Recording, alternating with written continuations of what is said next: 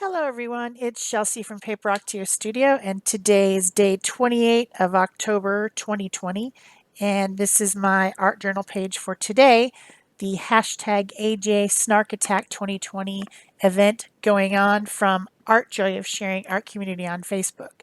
This is a daily art journal challenge with snarky quotes, and I've been, excuse me, I've been struggling to get anything done. I just really, uh, I don't want to do it. But today I had a lot of fun doing abstract collage with mark making and just getting my feelings out onto the art journal page. And it worked out really well. I wanted to use some fall colors. Here in Arizona, we don't really have winter or fall per se. We don't have beautiful leaves. We don't have, you know, pumpkins growing out in the field very much. There's a little bit of that. We don't have scarecrows. We don't have any of that stuff. But we still have the feeling of it. And the last couple days, it went from being, 80 to 90 degrees, which is our normal. That's Fahrenheit for you guys who do Celsius. And it went to like 36. And it's cold. For us, that's cold. I mean, we're wearing jackets and long sleeves and everything, which is so unusual. Most people in Arizona, in Tucson, Arizona, and Phoenix wear shorts all the time. Yesterday, I saw my kid wearing shorts and a sweatshirt and a jacket, which was pretty funny. Up above it was warm, down below it was cold. I don't know. Anyway, so I was in the mood for wintry fall colors. So I picked out some painty papers and printed papers just randomly that had the colors. They're almost like Halloween colors or, those type of definitely fall feeling, winter feeling colors with the black. And there's a lot of different patterns. And I wanted to do an abstract collage. So I kind of tore them up or whatever, laid them down in the way that I kind of wanted them. I didn't take a photograph, because I lay it down the first time and then I can't really remember. Usually I'll take a photograph of my kind of draft, so to speak. The paper that actually inspired me the most today was this one that I'm gluing down, which is extra paint on a piece of deli paper. When I have extra paint when I'm working, I just scribble it off onto whatever I have around. And oftentimes it might be a piece of deli paper because I like to use those as under paper and protection paper for the paper that's in between my pages here to protect the pages before and after is deli paper. So I don't know. I thought that piece really described my mood. It's my usual happy self in the oranges and reds with this black smear in the middle of it. That's exactly how I feel today. And so, what do you do about that? Well, you get out your journal and you mess around, and that will make you feel better. I mean, I know that in my head, I know that I need to do that, but I'm even struggling to get myself to do that much. I don't want to. Maybe it's hibernation. Maybe I'm ready to hibernate like a bear. I want to eat food. I want to sit around. I want to be under my blanket. Maybe I'm part bear. Maybe my DNA has bear in it. We should get it tested. So, yeah, that's where I'm at. So I'm gluing it down. I have these other interesting papers. I've got a couple that are printed, kind of a printed cardstock. This one with the fancy patterns on it is a piece of a paper bag that I got somewhere. Sometimes people have fancy paper bags in little gift stores and stuff, and that's what that is. It's kind of a craft color with this print on it that reminds me of the wallpaper that used to be in my house when I was growing up, except for it was green. It was like olive green instead of black, but it looks like wallpaper. And I thought it was fun to have some of these shapes and patterns that are a contrast with each other. Something that makes a good abstract piece is contrast. So you want to have lights and darks contrasting. You want to have patterns and lines contrasting with other types of shapes. And the more contrast you have, while still being somewhat cohesive, the better the piece is. And so if you're doing this, for art, I'm doing this for my art journal, but it's a good idea to keep those things in mind as you're making it. So I have some very straight lines with these strips of paper, which are pieces of my underpaper, actually, that you see in the background. It's a craft, or it's big giant roll of black craft, like kind of like a butcher paper. And that's what I've been using for my underpaper. I like the look of black. This is actually my favorite underpaper. However, it is sliding around all over my desk in this case because it's not taped down. But I really like vertical and horizontal lines to break up a composition. This is just a personal preference of mine. I maybe don't always like it, but sometimes I do, and right now that's what I'm really into. So I've got kind of the 2/3, 1/3 break up there a little bit with these strips of black paper that have just a little bit of paint on them.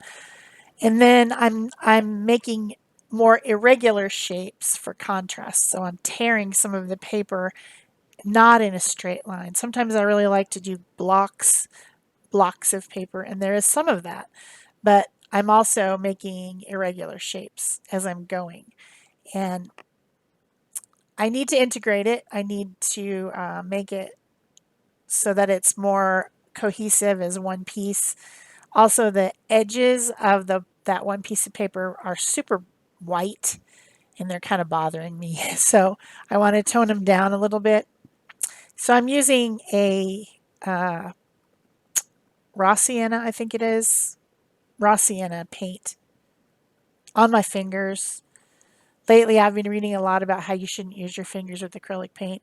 I do have barrier cream on my hands as well as lotion, so hopefully that will protect me.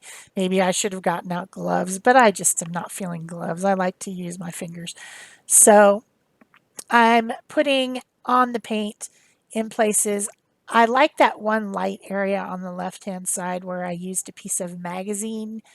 It had a lot of lines on it from like blocks and lines from from a furniture catalog, and I like the light right there. I think it that shape makes me happy, so I didn't want to completely cover it up. It's kind of a focal area. If an abstract can still have a focal area, which it can. It certainly can. I mean, you want your eyes to travel around the piece, but you don't want them to fall off the edge. So you need to have something to look at and that draws your eye, and then um, other places start to, like for me, I see that light area with the stark line at first, and then I follow over to this little place on the right hand side that has these kind of curved hash marks that were on the paper. Not even sure what paper that is. It must be a gel print, I guess. But that's what I see next, and then I kind of go down to the bottom next, kind of in a triangular shape, and that's how you want it to be. And for me, this is a successful piece at the end. For others who don't enjoy abstract, who are maybe better than me, don't like it probably. So it's just, I don't know, it's abstract is such a polarizing concept for people. Either they love it or they hate it, and there's a lot of criticism of it. So I don't know. I like it, and I've really been into it lately. Even as bad, like in August, we had that abstract month, abstract August, because I was just totally into it. I wanted to do it. So next I got out a Posca pen, which is kind of a peachy beige color. I don't know. It's from Natural Set of Poscas, which is an acrylic marker. And I made some marks. And I was watching this free seminar thing on Facebook, and she's an abstract artist, and she was saying how when you mark make, it's like a signature. Even when you write your name and you write your signature, nobody can really duplicate that. I mean, there are forgers who probably can do it pretty well, but it's your unique thing. It's how you write your name, and that's unique to you. And so, even though you may see someone mark making and you may try to copy that or try to make the same marks as them, it's never going to be the same. It's your signature. It's how your hand makes your marks. And so that was really resonating with me, and I just wanted to make some of my angry marks, some of my annoyed marks, scribbly, scratchy. Uh, I don't know. That's just it makes me feel better to do that. I don't know why. So if you're feeling grumpy about the state of the world, make some scribbly marks. You'll feel better. Just go and scribble. Just, yeah. And they'll be your unique marks. They won't look anything like mine, or they might look kind of like mine. I don't know. Anyway, I recommend it. So then I did some more finger painting, bringing back in some really heavy dark color, which is, of course, black. And so that's some more acrylic paint with my fingers. And that kind of divides things up or gives even more contrast. And